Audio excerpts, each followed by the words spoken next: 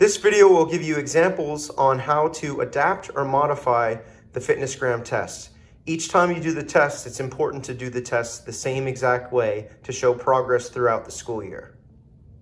The pacer distance is 20 meters. That is not an appropriate distance for all ability levels. So we can cut that down to 15, 12, 10, 7, maybe even 5 meters for success. For the sake of this example or demonstration, we're going to cut this distance in half for about 10 meters. We are also going to use a chair to represent a seated or a student in a wheelchair who's going to pump their arms and take a 2-breath break at each chime. On your mark, get ready, start.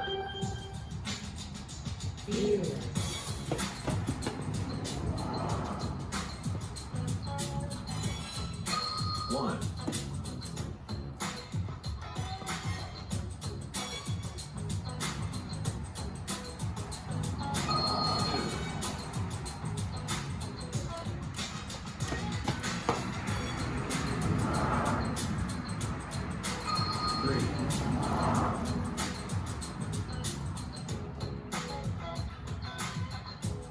For students with visual impairments, you can use a guide rope.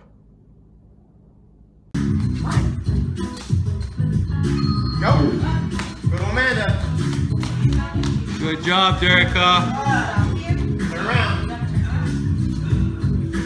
Come on. Atta girl, turn around.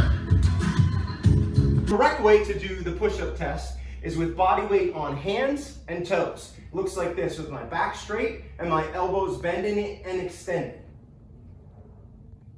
I can take some of that body weight off by using my knees. Looks like this. My back is still straight, my elbows are still flexing and extending.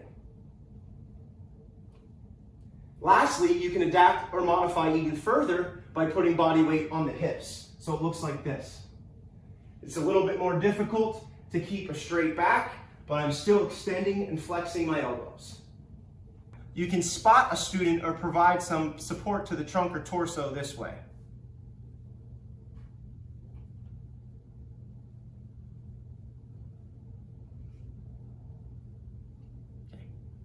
You can substitute the push-up test with the plank test for time. So this is what the plank test would look like. From the knees, it would look like this. From the hips, it would look like this. For a student who's seated or in a wheelchair, you can provide some resistance to help them extend and flex those elbows.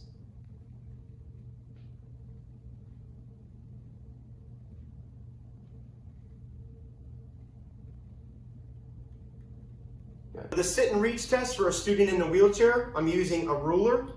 I have the 0 marker at his toes. I'm lifting it up to the level of his knees. He's putting his hands together and reaching out as far as he can. Good, and back. Try it again. And one more time. Good work. Curl-ups or sit-ups look like this.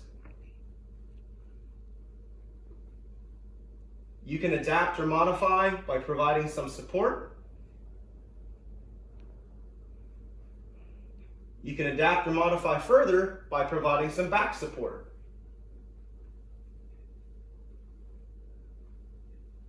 Okay. For a student in a wheelchair, we would tilt the wheelchair back, and the student would be provided support. You don't want this distance between the arms and the body, because that means I'm just pulling him up. You want the arms close to the body. Now he's using his abdominal muscles.